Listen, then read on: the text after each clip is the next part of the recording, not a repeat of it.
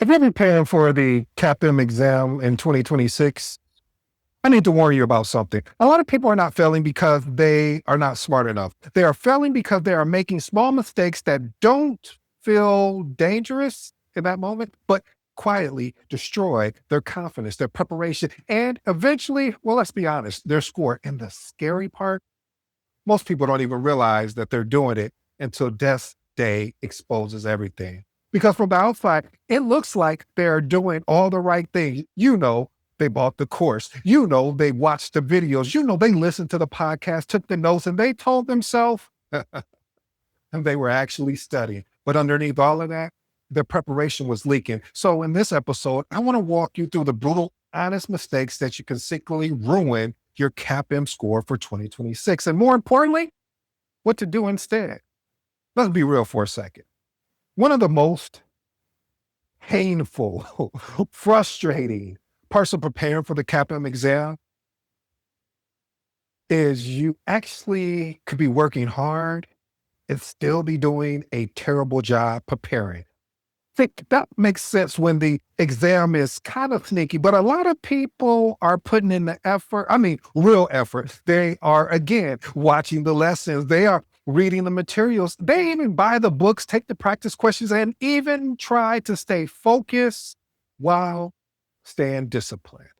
But if the strategy underneath that effort is broken, all that work starts leaking.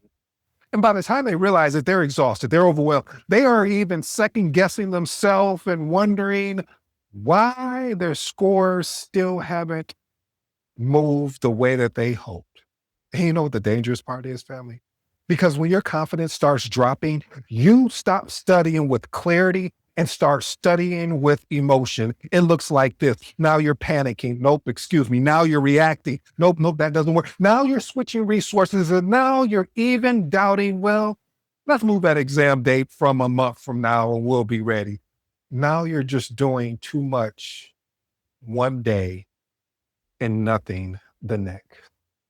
And this is the part I really need you to hear. I mean, I need you to come a little closer. I need you to put your ear on the speaker, whatever you're doing. But if you're driving, keep your hands at 10 and 6. Sometimes the things that hurt your CAPM prep is not what you don't know.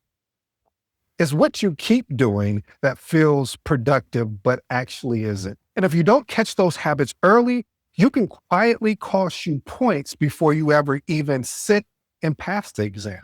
So let's talk about the brutal, honest mistakes that can secretly ruin your CAPM score before they get a chance to ruin yours.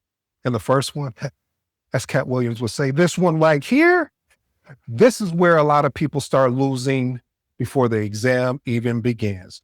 Principle number one, don't let fear delay the date forever. Again, don't let fear delay the date forever. One of the biggest mistakes people make with the CAPM exam has nothing to do with intelligence, not even study materials, not even focus or discipline. You know what it is? It's fear. It's not loud fear, but it's obvious fear, that quiet kind, the kind that sounds like, I just need a little more time, or maybe I'll schedule it next month, or before you know it, you've been studying for months without even making real decisions. That is actually dangerous because at some point, preparation stops being preparation. It starts becoming avoidance. Some people are not underprepared. They're just scared to commit. Why is this important? Because if you never put a real date on the exam, your studying can drift forever. When your preparation has no real deadline, your urgency disappears. Your focus gets weaker. Your confidence starts leaking because you never force yourself to rise to a real standard. Here's some actionable tips I'd love for you to experiment with. Set a realistic exam date and build your study plan backwards from that date. Next one.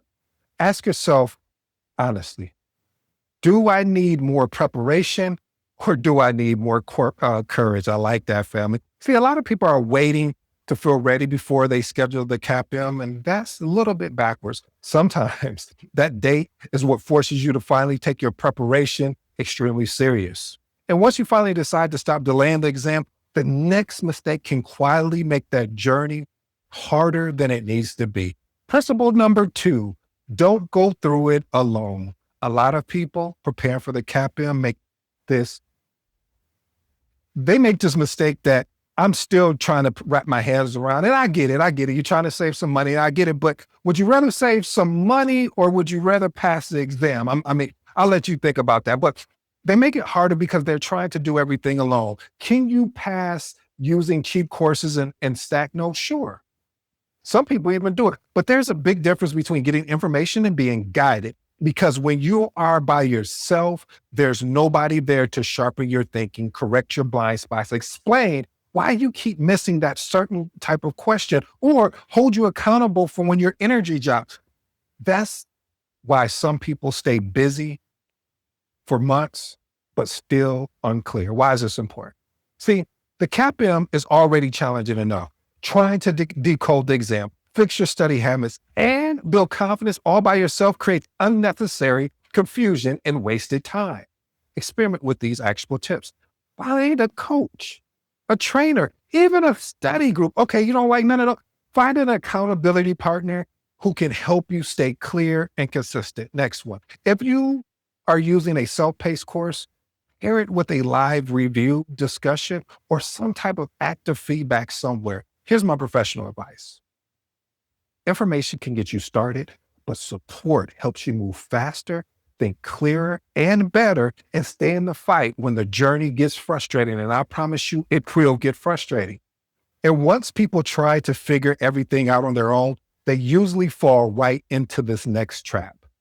Principle number 3, don't keep switching study resources every time you feel insecure. I will say that again.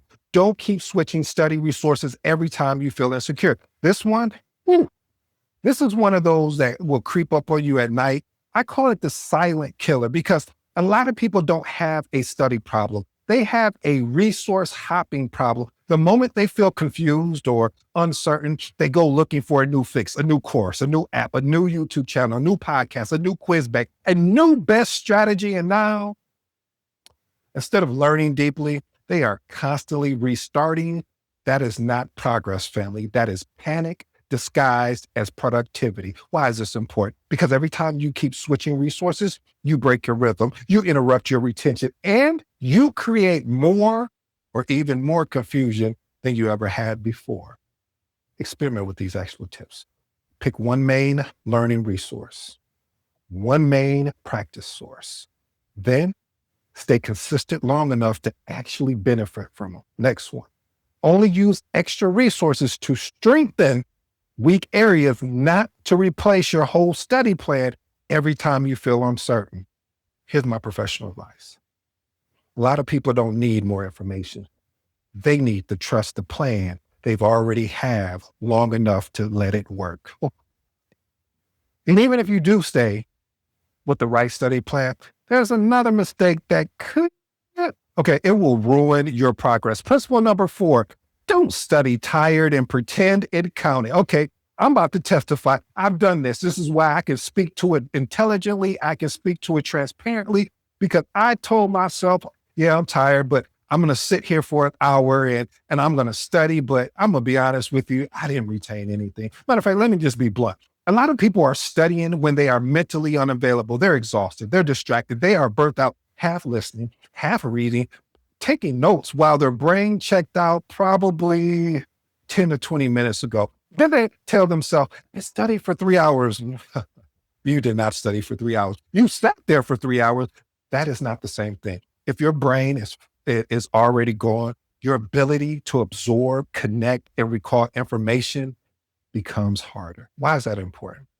Because poor quality study time creates a false sense of progress, and a false sense of progress is dangerous because it makes you think you're moving forward when your retention is barely moving at all. Experiment with these actionable tips.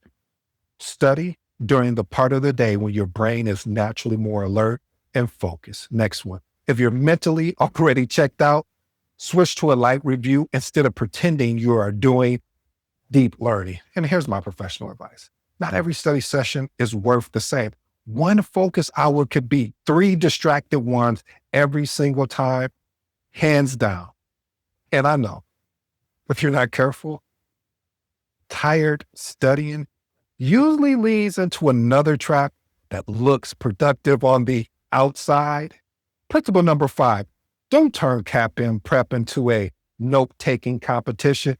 I am guilty of this, family. Anytime I'm practicing for one of these PMI exams, I have to learn this. Like, I turn it into a note-taking competition. Okay, you don't mind if I be transparent and honest with you. Because see, some people, they have these beautiful notes. You know the beautiful notes. They are detailed notes. Oh, they're even color-coded notes, perfectly organized, and still freeze when they see the question. That's the problem. Because taking notes can feel like learning without actually forcing you to prove you're understanding anything. You can copy a definition. And you know what? You can highlight a framework. You can even rewrite a whole chapter. But none of it automatically means you can recall it under pressure or use it when the question gets tricky. Why is that important?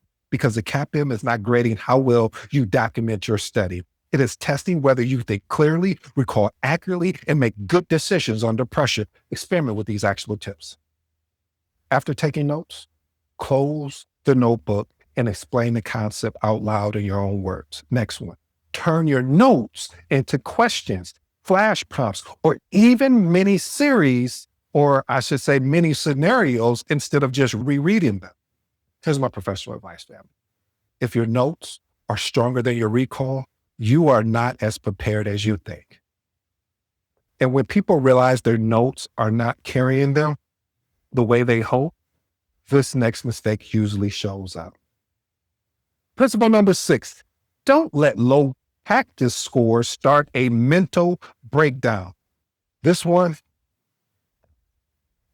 is where a lot of people, they struggle, because you take a practice test, you score lower than you hope, and suddenly your entire confidence just tanks. You're questioning everything. Now you're doubting the exam day. Now you're even wondering if you are even built to even sit and pass this exam. That emotional spiral can be more dangerous than the score itself, because if you make every low score mean something personal, you stop seeing it for what it really is: feedback.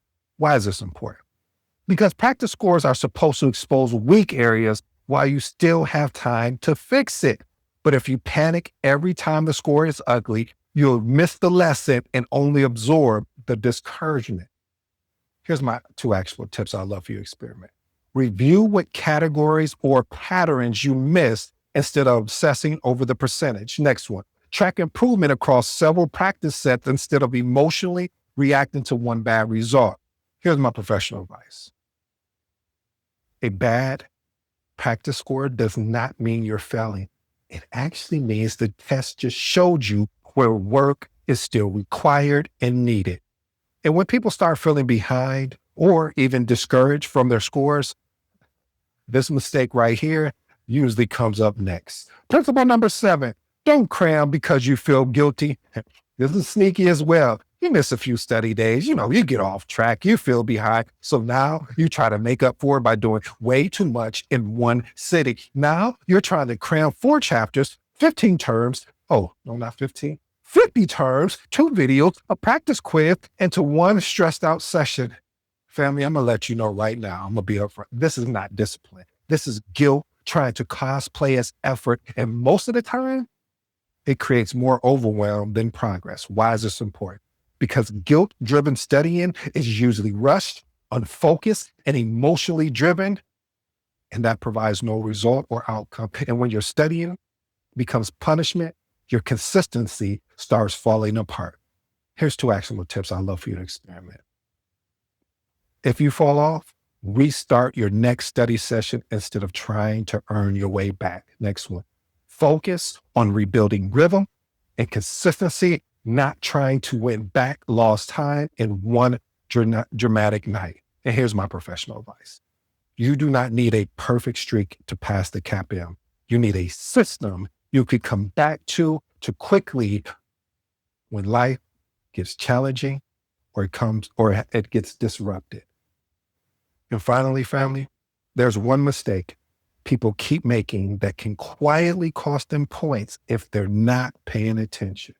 Principle number 8, don't neglect business analysis. It's not a bonus section. This is one of the most overlooked mistakes in the CAPM prep. If you stayed this long, this is going to be golden for you. because a lot of people still study business analysis as some little side topic they can usually or think that they can casually, I should say, glance at later. It's not. Business analyst framework is 27% of your exam, almost tied for the largest section. And that mindset can hurt you. When people think I'll just focus on the project management stuff, what they're really doing is pushing off a section that's less comfortable, that they're less comfortable with. That is exactly how blind spots survive. Why is this important? If you neglect business analysis, you're leaving part of your preparation exposed, and exposed weak areas are exactly what show up on the exam day when you least want them to. Experiment with these actual tips. Treat business analysts like a required domain, not an optional side topic. Next one, spend extra time understanding how BA concepts connect to decision-making, requirements, stakeholders, and of course, solution clarity. Here's my professional advice. A lot of people don't fail because they ignore everything. They fail because they ignore the part that they hope wouldn't matter that much. And when you put this all together, what you start realizing is that you are really starting to understand this content. See, here's the truth, family. What secretly ruins a lot of CAPM scores is not a lack of intelligence. It's just usually a small collection of small mistakes that don't feel dangerous while you're making them. What does those mistakes look like? Delaying the date, trying to do it alone, switching resources every time you feel uncertain, studying tired, mistaking notes for mastery, panicking over low scores, cramming from guilt, or most important, ignoring weak areas like the business analysis. That's how people quietly sabotage themselves. And the truth is, a lot of people preparing for the CAPM are actually closer than they think. But being close is not enough. You have to clean up those habits that are draining your confidence, your clarity, your focus, and most of all, your consistency. Because passing this exam is not just about working hard. It's about working honestly, and honestly enough to admit where you're weak, honestly enough to stop doing what is not helping, honestly enough to commit and move with actual intentions. And if you do that, if you stay consistent, if you stay disciplined, you stop getting in your own way, you prepare with more clarity than emotion, you absolutely have an opportunity to sit and pass this exam. Not because it's easy, not because it was the right structure or because you did something amazing. No, it's because you had the right mindset. It's because you had the right focus, the right discipline, the right decision to say, I made a commitment, not an interest, to actually sit and pass this exam. Is it possible? Yes. And if you're getting ready for the CAPM in 2026, I ask of you, don't let these small, quiet mistakes secretly cost you the results you've been working for. If this resonated with you, send this to a project manager that is looking, or project coordinator or BA that's looking to sit and pass the CAPM exam. For those ready to build confidence, judgment, and leadership depth over time, you'll find my mentorship and coaching link in the description. I go by the name of ED. For all you smart and intelligent folks out there, that just simply means Ed. Until next time.